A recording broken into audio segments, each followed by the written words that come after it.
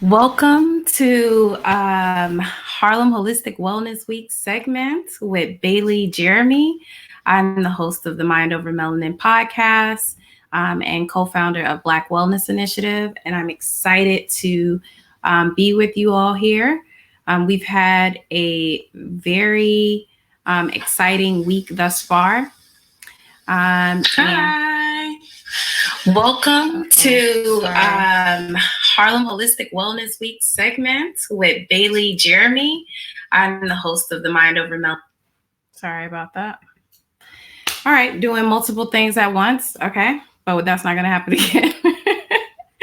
Okay, so today I am coming to you about grief and loss. I'm a marriage and family therapist. And I do a lot of concentrated work with mental health and, of course, family dynamics. And so I just want to share what I've been witnessing, which is a really global pandemic. And right now it's hitting our country extensively hard. And so one thing that we're collectively experiencing is a communal loss, a communal grief. And what I specifically mean about communal grief is just that we're witnessing different systems in our country destabilize due to the pandemic. And those systems are financial systems. Those systems are healthcare systems. It ranges from so many things, even the economy, shelter, small businesses. So many things are destabilizing as we speak. And it is leading us to experience a communal grief. And so usually when you hear grief and loss, you often think about a specific type of loss, losing people. But today we're talking about a little bit of everything because there's been so much loss, and it doesn't just pertain to, the loss of people. We've lost a lot in the last few weeks, or some people months, depending on what industry you're in, or even where the people in your life were in that moment. So before we get too deep, and before I dig deep into the different types of loss, I want to share a slide with you on the different stages of grief, just so you can have an understanding and possibly identify with some of these concepts. So the first thing that you'll see, the first stage that I think is really important, is denial and isolation. And so with denial, it's when we lose something in some capacity and our world changes, and we're trying to avoid the inevitable. And so specifically what I mean is that, or what that means is, something happens and you're just in disbelief. And I definitely felt that with this pandemic, and many of us are experiencing that. Just the overall disbelief of what's happening, and you can experience this stage of grief, regardless of where you are. It could be because you lost a person, a loved one in your life, because you lost a job, because you lost connections, and so denial could be the thing that you are experiencing in this moment. The next stage is anger, of course. And with anger, it, like you may be very upset, frustrated about everything that's happening, because it's starting to sink in. It hasn't officially sunk in for you, but it's starting to sink in. And so with that, it can be really difficult, but you may see different reactions to what that anger looks like, or you may experience it. So like you go from disbelief of, this is not real, no, like this person didn't die, or even if you lost like your business or your job, this is only temporary. I'm going to be getting it back soon. And honestly, we're in this situation where the denial is very difficult, and it might last for an extended period of time because we're relying on so many entities and community leaders and the government and the doctors or the scientists to really share with us what's going on. And there's been a great deal of just like lack of knowledge. I'm not saying that everyone's like ignorant or misinformed or anything like that, but as we're going through this pandemic, you could see that we are really learning things day by day and week by week. And so that could be really difficult, especially when proceeding out of that level. And I want to be clear, when I say like proceeding out of the level, it doesn't mean like, you're on a video game and you hit level 1 and you hit level 2 and then, you go to the next level or anything like that. Because with grief and loss, those stages are fluid. So you may reach that 5th stage and then you may be angry like right after you hit that 5th stage. And that would come about because we have triggers, and there are certain things that we've experienced with this communal grief that will come about next year if this is completely over, or the year after next if this is completely over then. And you'll be upset, you'll be frustrated. And, it's a lot to deal with. So I want to just ensure that you are familiar with these stages. So after anger comes, and I want to be clear, like the anger doesn't have to be some full on rage. You're not breaking tables and busting bottles open and stuff like that. But after that comes, there's bargaining. We actually, especially when we are experiencing the loss of a person, we will try and bargain with that higher power, whoever that may be for you, and really ask like, hey, I will change my life. I will be more intentional about loving the people around me. I will stop lying, stealing, cheating, dealing, whatever your vice is. You start to make bargains around that in order for the reality to change, in order for it to not be as bad as it actually is right now.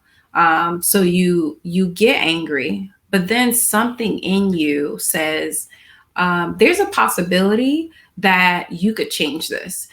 There's a possibility that this is only temporary, and your behavior, your character, potentially has the power of eliminating and addressing this situation. And that's not necessarily true.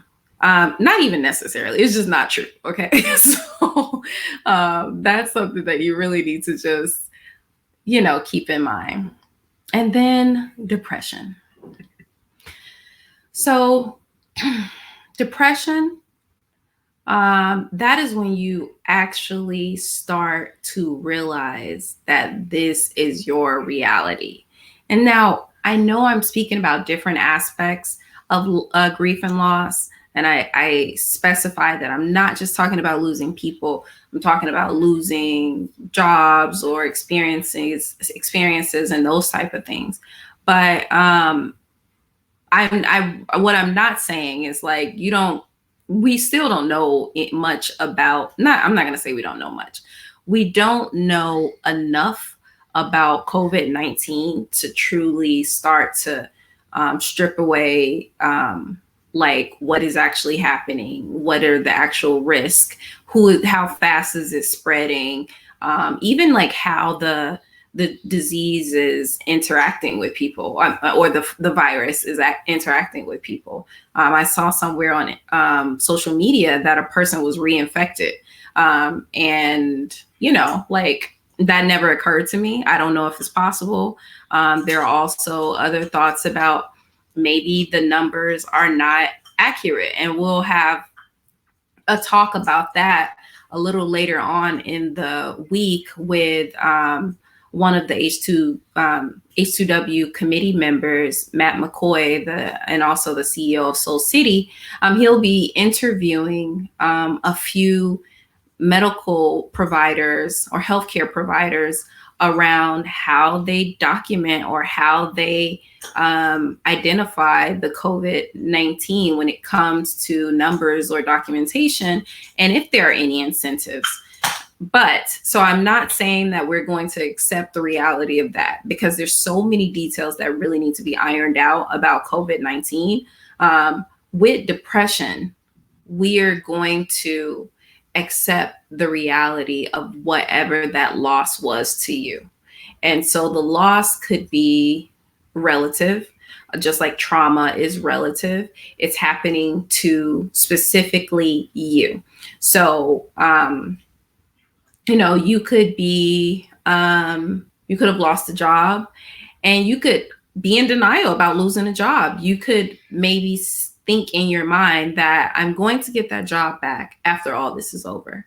And then when like all of this is over, you actually do not get that job back.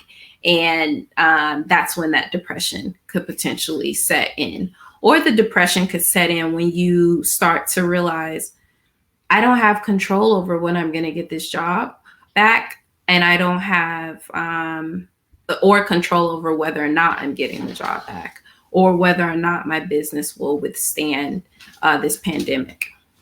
And so the last stage is acceptance. And for this stage, this is when we move into like a solution-oriented state. When you've accepted reality, you've embraced reality, and you're okay with what has happened. It's not like, I'm glad it happened, I'm fine with it happening. You're just like, you know what, this has happened, and this is what I have to accept. And so acceptance is a powerful place. But again, as I said earlier, it's really important for you to know that you can oscillate and you can go back and forth between these stages at any point, given a certain trigger. And the time that you're within a stage could be different. So as I was saying before, if we enter into a previous stage, you could enter into a previous stage if a trigger occurs. So let's say you actually lost someone. If you lost that person during this time, this is now an anniversary, right? And so the death anniversary of that person next year will come around this time. And that could be a trigger, and it could set you back into depression. It could set you back into anger. Where it puts you varies. So I want to really divide and separate the different areas that you could experience loss before we go into some solutions, because the objective of this entire just event and this talking piece is for me to help you expand your ability to show compassion, whether that is compassion to self, or that's compassion to other people around you. So there are a few different ways to experience grief and loss. One, loss of people. That's the most obvious loss, or the most common loss that we're familiar with, loss of people, or loss of a loved one. The other common loss right now, given this stimulus check that they've pulled out of thin air, is economic loss. And so there are people that have lost jobs. There are people who have had to shut down their businesses, especially Black businesses. We see that the stimulus for Black businesses was not bountiful in any type of way, specifically because a lot of Black entrepreneurs, their businesses consist of less than 3 employees. And in order for you to have taken advantage of a lot of the grants or loans or bailouts or whatever you want to call it, you have to have 3 or more employees. And some of us are just not there yet. And many of us are just not there yet. I have the specific number somewhere, but majority of Black-owned businesses have less than 3 employees. So majority of Black-owned businesses did not benefit from a stimulus. And so that is where we have seen that loss. There are also many jobs that people lost, like customer service for organizations or businesses and stores that were not essential. And so that's a loss. And, some people are single parents. Some people are, even if you have a 2-parent household, one of the people there did not have the luxury of remote work or work from home. And they also were not essential workers. So they're experiencing job loss. Another loss that is really important for us to think about, and it's connected to job loss and the loss of a loved one, loss of self.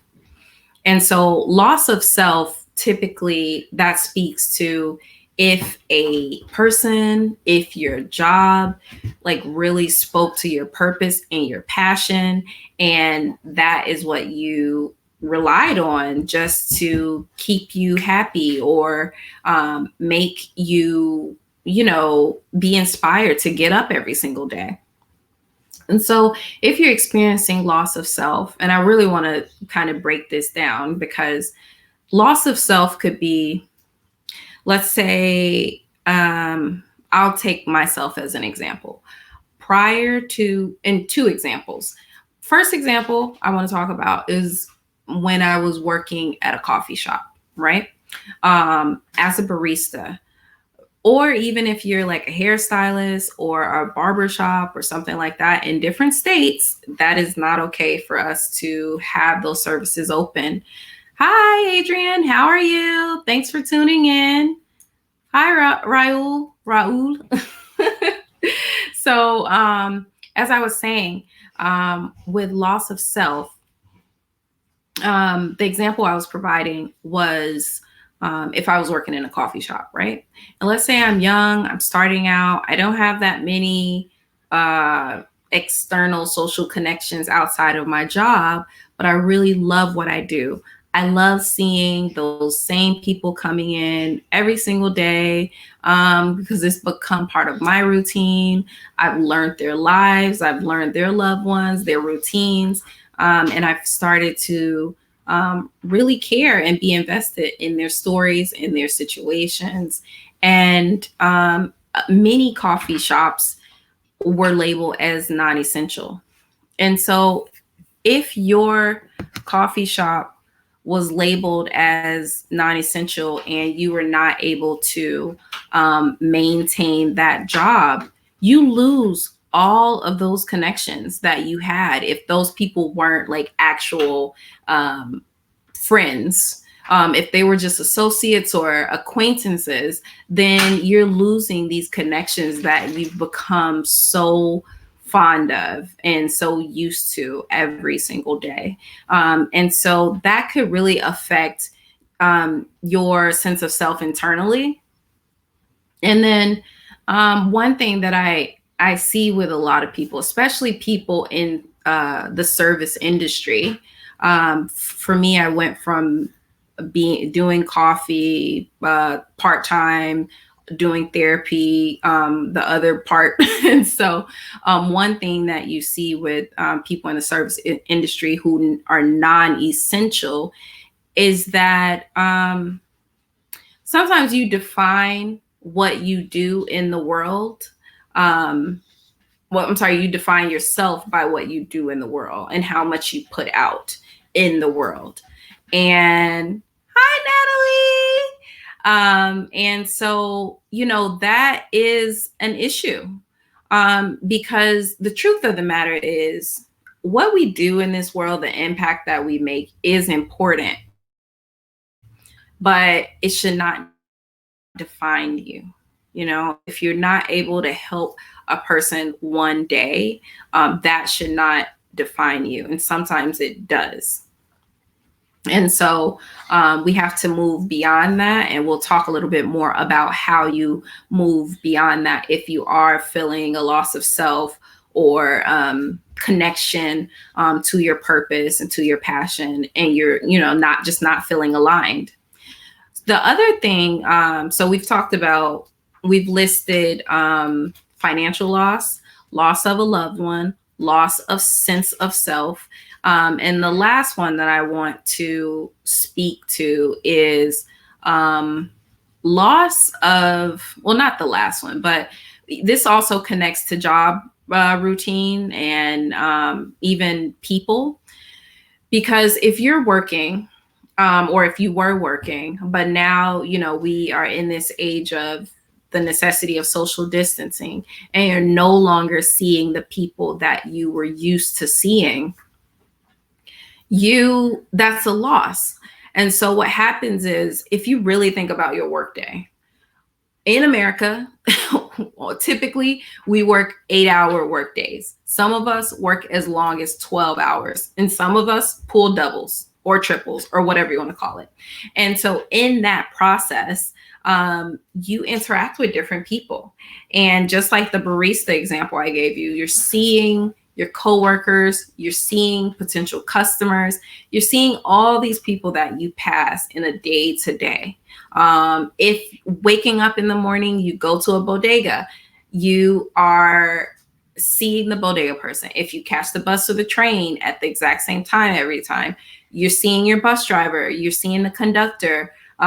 For me, I used to see the exact same crossing guard every day during school, and also the school staff.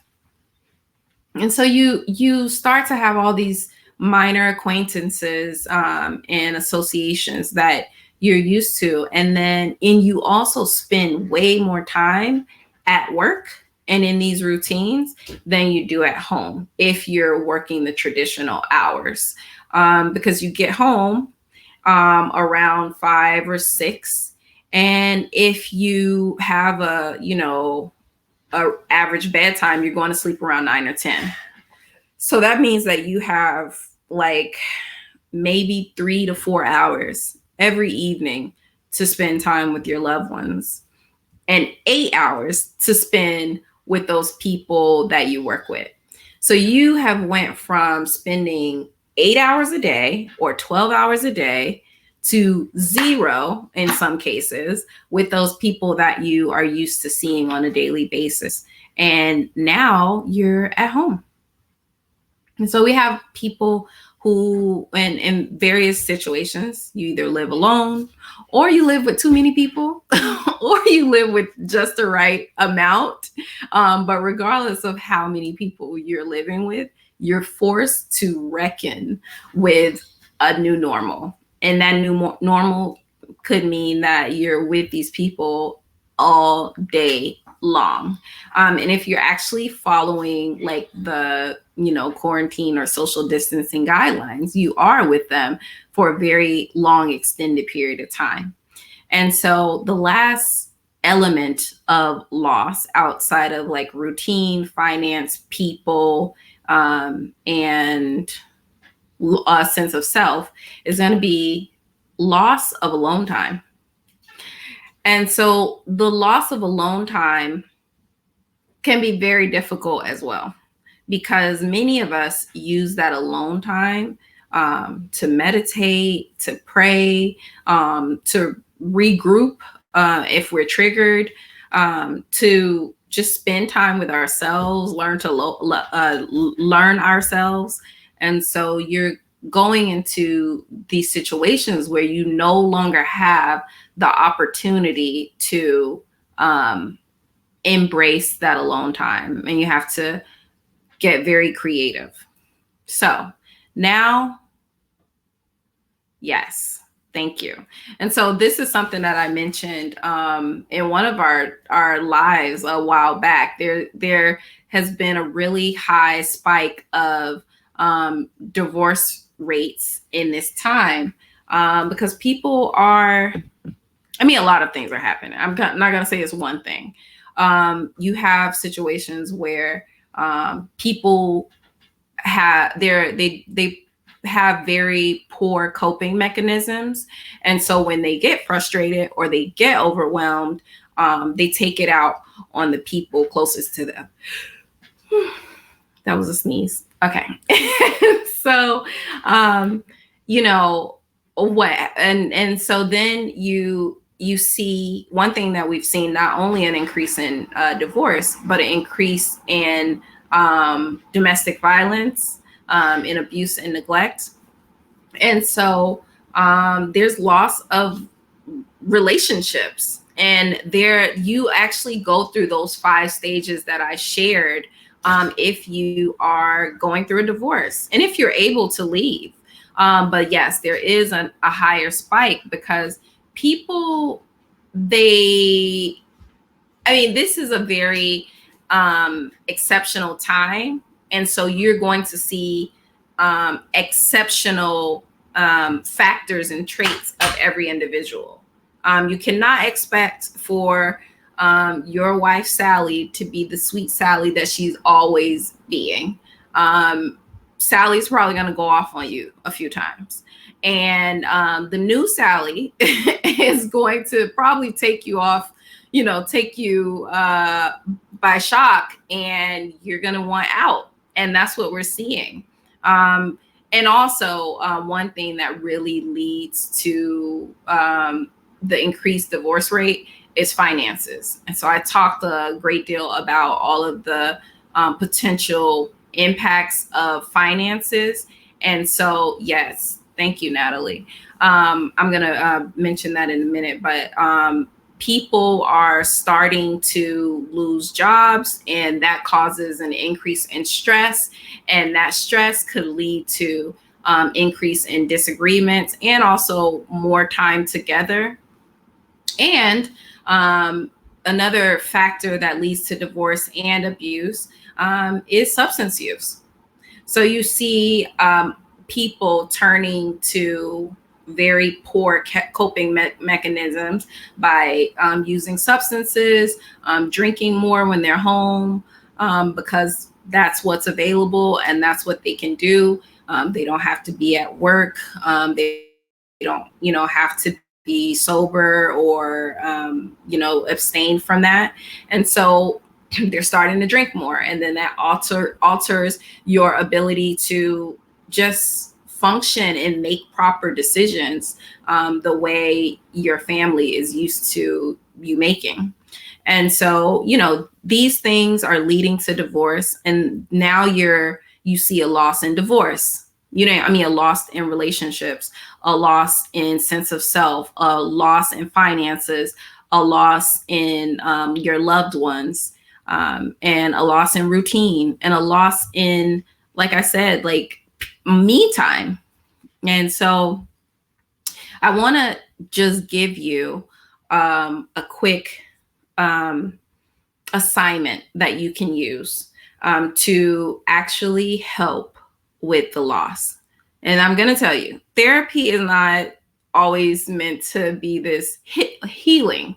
When healing is not always meant to be this like fun thing. Sometimes you have to take some medicine and it may not taste good. Sometimes, you know, the treatment that you choose, it may not be the best treatment, or it might not be the most feel good treatment when you start that treatment.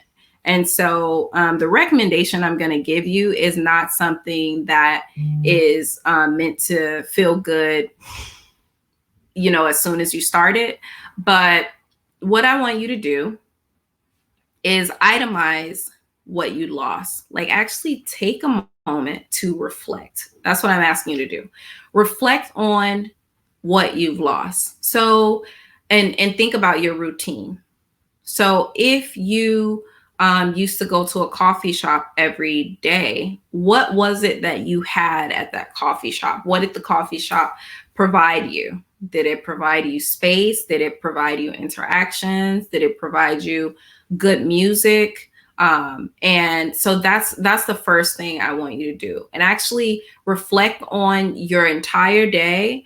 And then number two, after you're reflecting, I want you to identify what those things were. Like actually list them, identify or itemize what you actually lost. And so when you're identifying that, you know, you can list it the way you want. Like I said, good music, good conversation, privacy. Like, I mean, you probably don't have that much privacy in a coffee shop, but, you know, there may be things in your daily routine that you are missing, right? And so then after you identify what you've missed, I want you to think about how you've replaced those things. Like, how are you meeting that need? And so we can label number three as like a replacement, but it's really like, how are you meeting that need? Because some of those things that you have reflected and identified on, you are going to start to match up what you have changed in the midst of COVID-19. And so let's say you had a loss of sense of self because you were a helper. If you were a helper, if you were a giver, how are you giving now? How are you helping? And please, this is only for if you feel like there's a need to continue to do this. Compassion is really important. If you don't feel like doing this and it's not keeping the roof over your head, then don't feel pressure to continue to do this. One thing you have to do is make sure you're giving yourself space to grow, to adjust, whatever it is. But think about how you'll meet the need. So that's going to be really exploring what it is. Like, let's say it's good music. One thing that I've done is and I know these things seem very minute, but they actually contribute to the positive hormones that we experience a lot. And so we're going to get to loss of loved ones, because I know that's a really heavy one. But let's say that good music was something that you missed. For me, I started playing music in the morning. It's not something that I would do in my home because I would go to the coffee shop and listen to music. But I started to say, okay, let me be intentional about the things that I miss, because, you know, that routine also gave us movement and access, and movement and access is life. And so you want to continue to ensure that you are engaging in those important life tools, which is movement and access for this particular situation. So loss of loved ones. Many people, and I'm still kind of talking about how to meet that need. Many people are unable to go to funerals, and many people identify funerals as closure. But the truth is, funerals are really the beginning of grief and loss, because when you go to a funeral, you don't walk away from that funeral saying, okay, I got to see that person, life is going to move on, everything's great. I am skipping through denial, anger, bargaining, depression, and I'm going right to acceptance. That's not what happens after you leave a wake or a funeral home. It's really the beginning. And it's important because it presents a sense of reality to you, but that doesn't mean you're not going to be in denial after you leave that funeral home, right? And so now we just have to find another way to ignite and initiate the process of grief. Because what could potentially happen is that process could be more stagnant or stagnated because you did not get to see that person that you lost, that loved one. And so having conversations with people could be something that actually helps you move through these phases.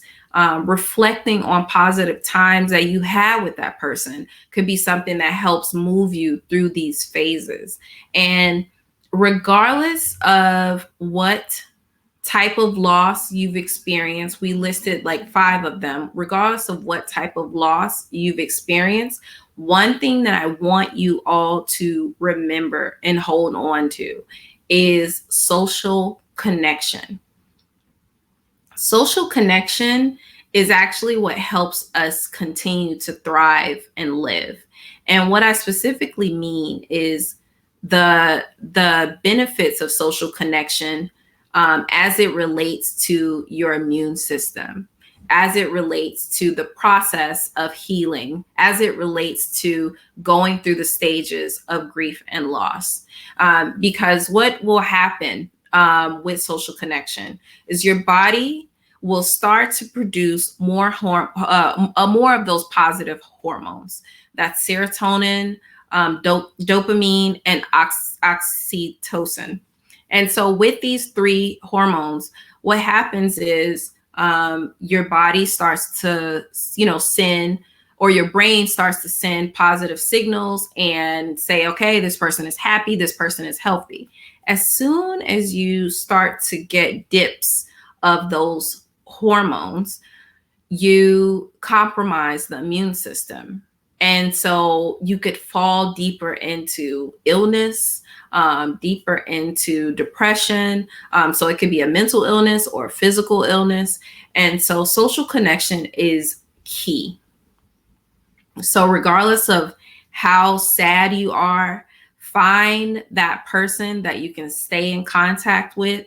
Regardless of how much you've lost financially or even like within your schedule, if it's not financial, make sure you're checking up on your loved ones. And honestly, some of our loved ones are being lost because they're losing the social connections, because maybe you were that person that went to their homes every day or once a week, and now you can't do that.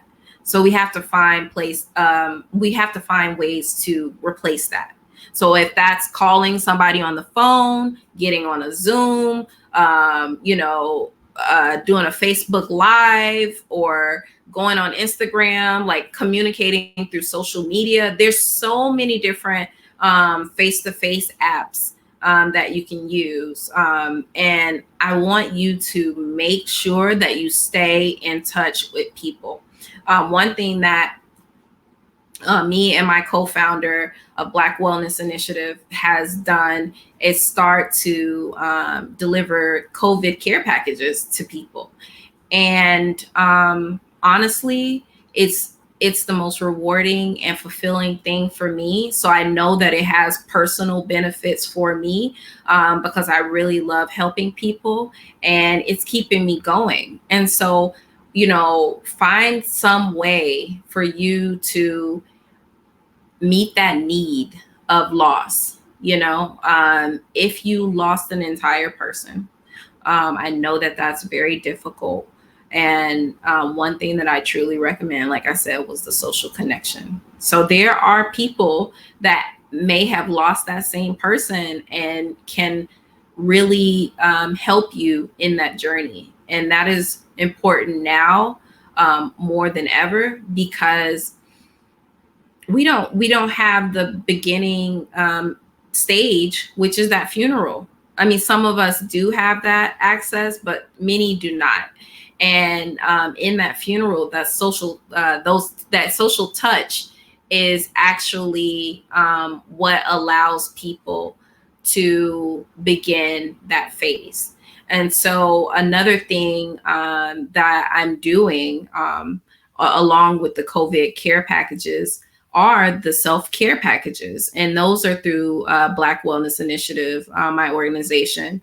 And so with the self-care packages, we are really encouraging people to start to care for self because these social connections have significantly decreased, and you have to up the ante as far as your own self-care. So for me, I've been, utilizing bath bombs and utilizing my essential oils. And those are things that we put in the self-care package that I'm really happy to bring to you all. I have one somewhere close. Can you pass me that self-care package, that box? And I just want to show it to you, but you can go to blackwellnessinitiative.com to see the options for getting the package. And also tune in to Mind Over Melanin, the podcast, just to get updates. And so I hope that you all continue to be resilient. Here's the box here.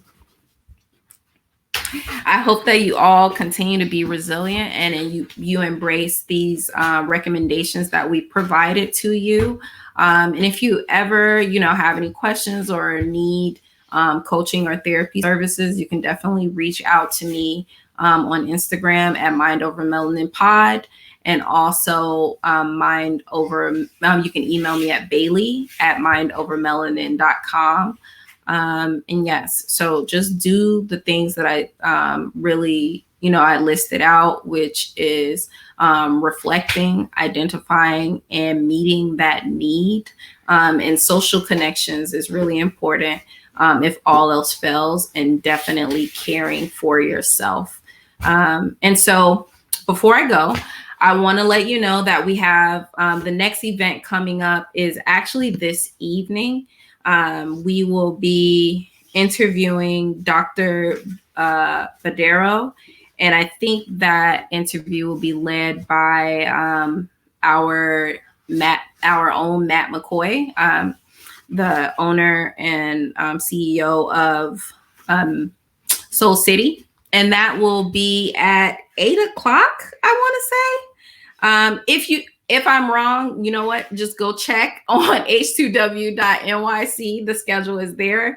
And it should be live at Facebook again. So I hope you enjoyed this. And yeah, peace and love, everyone.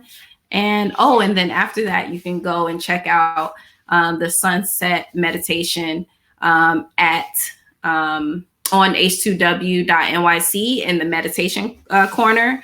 This evening, that one is given or provided by Dr. Flora Luando, and the sunrise is Karen Ann Webster. And so both of those are available at h2w.nyc.